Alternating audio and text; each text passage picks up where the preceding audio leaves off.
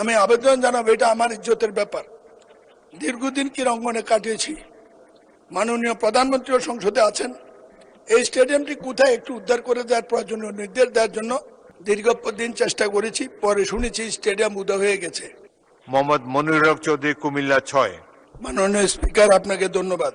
একজন ক্রীড়া সংগঠক হিসেবে দুঃখ ভারাক্রান্ত মনে চতুর্দিকে ঘুরে কোনো উপায় না পেয়ে এই নোটিশটি আজকে দিয়েছি। আমি বিশ্বাস করি এটা অন্তত ক্রীড়ামন্ত্রীর দৃষ্টি আকর্ষণ করবে।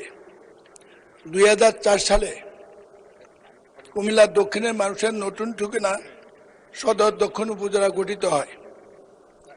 সেখানে আমরা নিজেদের অর্থায়নে একটি স্টেডিয়াম শুরু করেছিলাম, যেটা সদর দক্ষিণ উপজেলা স্টেডিয়াম হিসাবে স্বীকৃত হয়েছিল। দীর্ঘদিন চেষ্টা করেছি, পরে শুনেছি স্টেডিয়াম উদা হয়ে গেছে, টাকা লুটপাট হয়ে গেছে।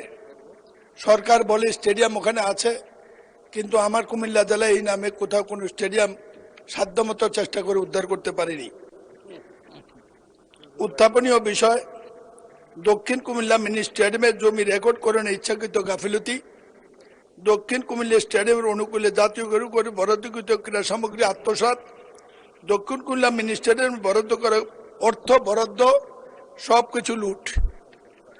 2005 সালে কুমিল্লা সদর দক্ষিণ উপজেলা ফুলতলী মৌজায় দক্ষিণ কুমিল্লা ক্রীড়া সংস্থার অনুকূলে স্থায়ী বন্দোবস্ত মূল্যে 2.1 সম্পূর্ণ ভূমি কর্মকর্তা উপজেলা চেয়ারম্যান স্থানীয় পদে ইচ্ছা করা হয়নি। কুমিল্লা ক্রীড়া সংস্থার বন্দোবস্তের জমি গৃহীত অনুকূলে প্রস্তাবিত দক্ষিণ স্টেডিয়ামের নামে যে সম্পত্তি আমরা নিজে নগদ টাকা দিয়ে ক্রয় করেছিলাম, তার সাথে এলাকার মাধ্যমে কিছু সম্পত্তি নেওয়া দরকার, সেই ফাইলটি উদা হয়ে গেছে। আপনার একজন ক্রীড়া সংগঠক, আমি আবেদন জানাবো, এটা আমার ইজ্জতের ব্যাপার। দীর্ঘদিন ক্রীড়াঙ্গনে কাটিয়েছি, মাননীয় প্রধানমন্ত্রীও সংসদে আছেন। এই স্টেডিয়ামটি কোথায় একটু উদ্ধার করে দেওয়ার প্রয়োজনীয় নির্দেশ দেওয়ার জন্য